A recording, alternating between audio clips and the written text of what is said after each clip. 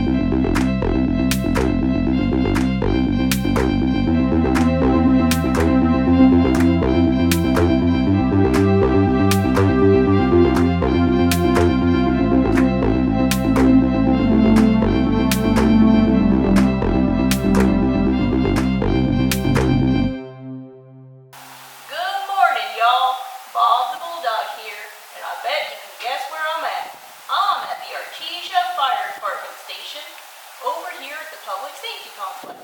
And I have my friend here, Fighter Podge. Hi everyone. Hi. Thanks for coming and seeing our story time. He's going to show us around the station and show some cool stuff he has, and then we're going to have a story read to us. So let's go explore. Welcome to the Artesia Fire Department, where of course we serve the community of Artesia. My name is Firefighter Josh Fodge, and I'll be taking you around the station today and showing you some things. So right here we have our engine 4, and so this is our fire truck. We take this to, of course, structure fires, dumpster fires, grass fires, anything like that, because this is what carries the water. This is where the driver sits. Of course, this is where he controls the lights and the sirens. Right back here is where all the firemen sit. We have radios, our SCBA bottles, all of that good stuff. So this is where the cool guys get to ride. Right here is one of our compartments. These are our other tools that we can use. Right here's the fun part. This is where we have our hoses. Right here is where we have some of our extrication stuff. Right here we have extra bottles for our SCBAs. In the next compartment we have extension cords. So yeah, here we have the 1.5 inch, which is also the ones on the side that we mainly fight fire with. Here, as you can tell, we have 2 different ones. Right here we have 3-inch hose, which this controls the bigger nozzles, which we'll see on the other side. And then right here, this is the fun one. Not really, but this is the 5-inch hose. So this is what goes from the fire hydrant all the way to the truck and gives us the water. Okay, so this is our pump panel. This is where we control all the pressures and everything like that. We can see how much water we have, how much foam, and everything's digital. So right here we just have a bunch of nozzles. Right here we have some of the fun tools. Again, we have a chainsaw. Of course, if you need to cut into a house or anything like that, we use these a lot to cut roofs for ventilation. Right here we just have some fire extinguishers. Right here we have where the lieutenant sits most of the time on our way to fires. This computer right here is what we view all our calls on, so we can see that what the dispatch center is typing, what we're going to, everything like that. It's got maps, tells us where our fire hydrants are.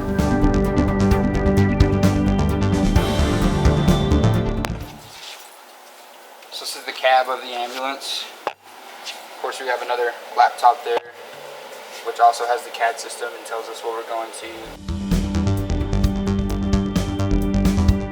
So right here we have what's called our blue bag. It just has a bunch of medical stuff in it.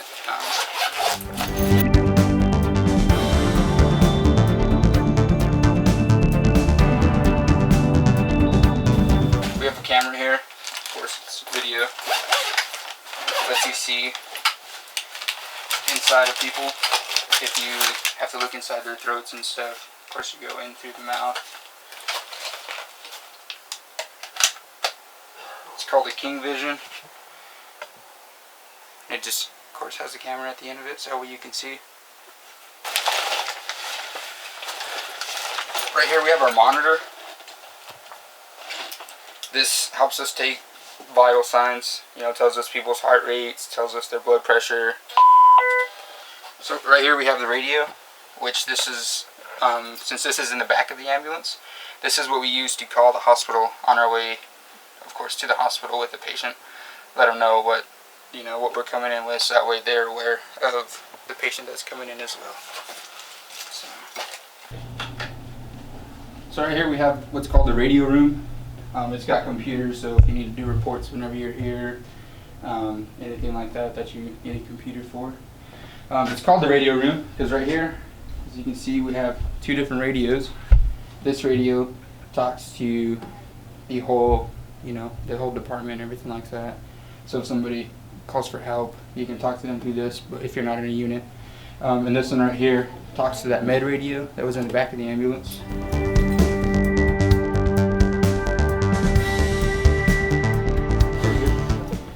So this is where all our EMS supplies are for the ambulances. So if you use anything, you can come in here, grab it. Right here we have a bunch of drugs. This is our candy machine. We can't use it like a candy machine and get whatever whenever we want. But yeah, that's where all our drugs are stored.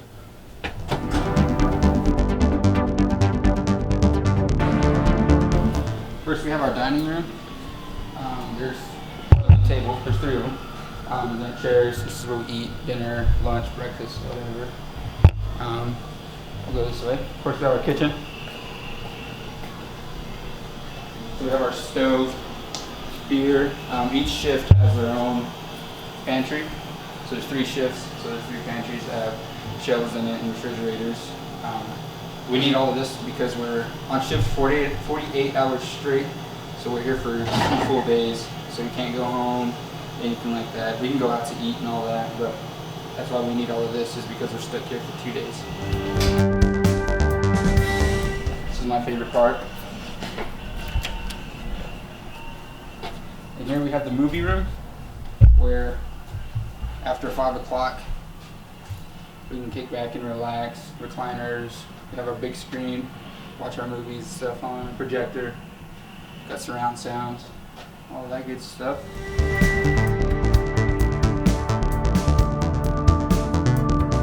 So in here we have our battalion chief's office.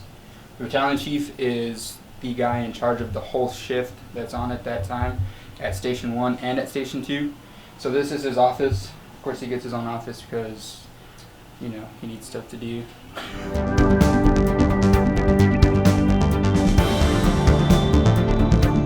Like I had mentioned, we're here for 48 hours straight, so we're here for 2 days. We have our bunk rooms. We have beds in each one. Only one person stays in a room at a time. We have lockers that holds all our uniforms and stuff in it. We have TVs in each room that are mounted on the walls. Have our desks in case, you know, you want to do some homework, whatever you need to do. There's a phone. You know, since we're here, of course, we still need to use the bathroom. We have our bathrooms here. We have a shower. Because we still need a shower even though we're not at home. Use the toilet. Wash your hands. Always wash your hands after you're done. In here, this is the laundry room. Of course, you got your washers and dryers. Wash your uniform, wash whatever you need to wash, your bedding, any of that stuff. Up here we have more cleaning supplies for the station. Anything from, we have toilet paper in case you need any. So of course as firemen, we need to stay physically fit. So this is our weight room. We use this with, of course, the police officers, everybody that's in this building here. Good morning, boys and girls. How y'all doing this morning? Hope y'all are doing fine. Homeschool coming out okay, I hope. I'm going to read to y'all today Rapunzel. My name is Eli Herrera with the Artesia Fire Department. I've been with the fire department for 23 years. If y'all are ready, I'm ready, so let's get started. Rapunzel lived all alone in a tall, dark tower. She was trapped there by a witch who visited her every day. Let me show y'all the picture.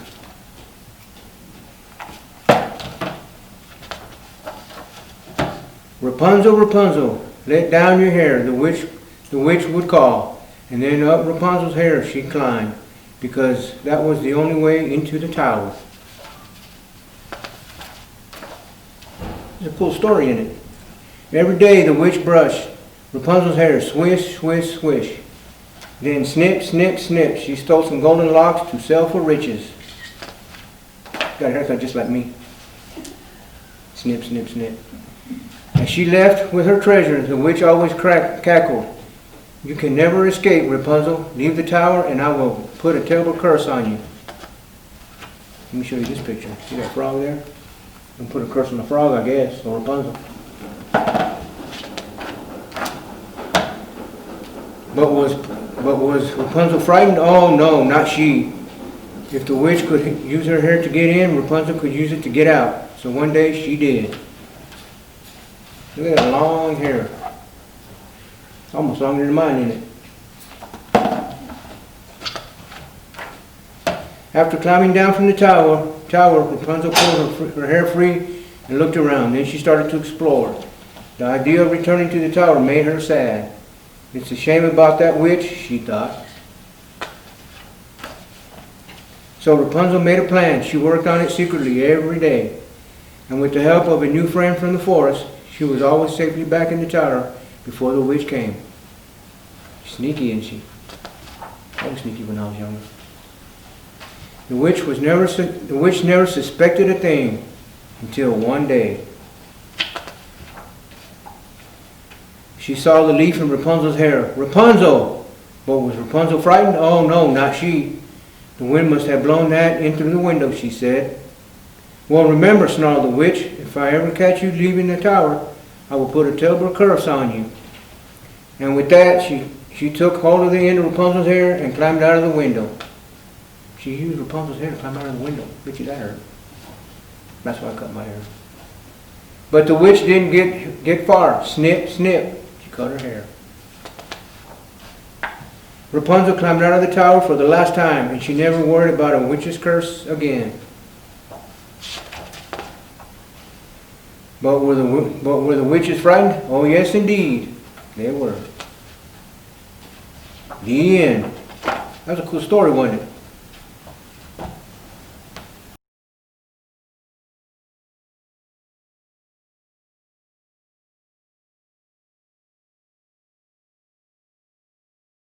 My name's firefighter Josh Fodge. I am a firefighter EMT here at Artesia Fire Department, and I help people that are in need, whether it be for an EMS call or a fire call.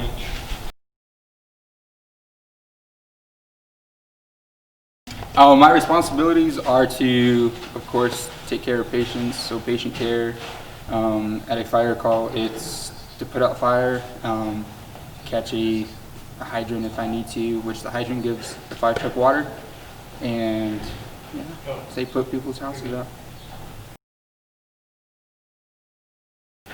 The tools that help us do our job, right here we have some extrication tools for like vehicle accidents or anything like that really.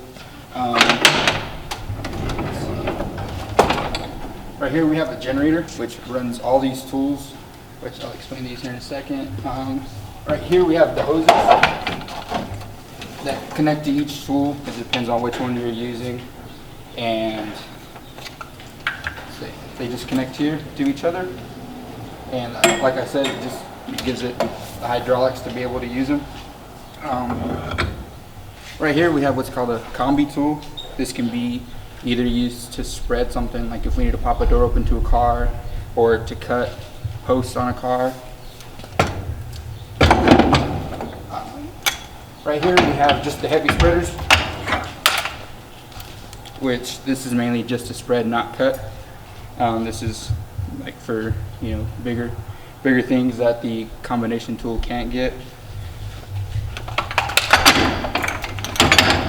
And then right here, we have just the cutters.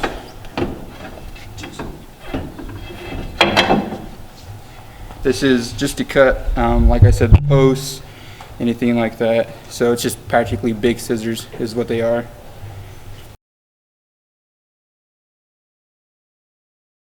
Yes, so on duty, we wear a uniform. Of course, we have our duty boots, duty pants, and our duty shirt, which has Artesia Fire Department on it. So that way people can identify us. And then in the back, also has Artesia Fire Department on it.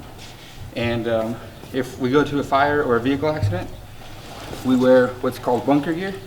So right here you have your bunker jacket. This can be used, you know, in a fire as well, of course. So that way we don't get burned. We have masks that we use to protect our face. We have bunker pants to protect our legs, bunker boots to protect our feet, because in fires, our duty boots aren't as safe as our bunker boots because of course, the fire and the heat. We have our gloves, protect our hands. These ones are kind of long to protect, of course, right here on our arms. So that way, if when you put your jacket on, if your sleeve rolls up, you're not leaving any exposed skin, because any exposed skin can, of course, get burned. Or if you're spraying water, it can get steam burned, which doesn't feel good either. We have our helmet that has our shield on it, our face. Flashlight, of course, that way if it's dark in the house, you can see, turn it on. So this protects our head. We also have what's called a Nomex hood. This simply just goes over our head and protects, you know, our skin, our hair, all of that. And then this goes on the outside of your face mask. We also have an SCBA. This is what holds our air. Say once you breathe through this, of course, you hook it up to your mask through this. It's almost like breathing through a straw. It just gives you, you know, doesn't give you a whole lot of air, except for whenever you breathe, it just gives you enough air at that time. Right here is called a purge valve. So whenever you turn it on, put it on, you can open this valve up right here, and it can give you continuous air instead of having to breathe it every time. This piece right here is called our pass device. So right here, it'll tell you how much air you have. So I started in January of 2018. So I've been here about 2.5 years now. I love it so far. I actually started as a volunteer here in Eddy County, and once I got on with Artesia a few months after the volunteer, they send you to a fire academy, of course, and that's where you learn how to do all your firefighting stuff, your extrication, you learn about hazmat, all of that stuff, and that's here in-house. Oh, what I like about my job? I like just giving back to the people here in Artesia. I was born and raised here. I was actually born in Oswald, but raised here in Artesia. And just giving back to the community, helping others. That's what I love best about it, is helping people that are in need. All right, bye everyone. Thanks for coming to the Artesia Fire Department, and thanks for letting me give you a tour. It's been a great time today. Be safe. Make sure that you don't play with matches or lighters or anything like that. Thank you. We'll see you next time.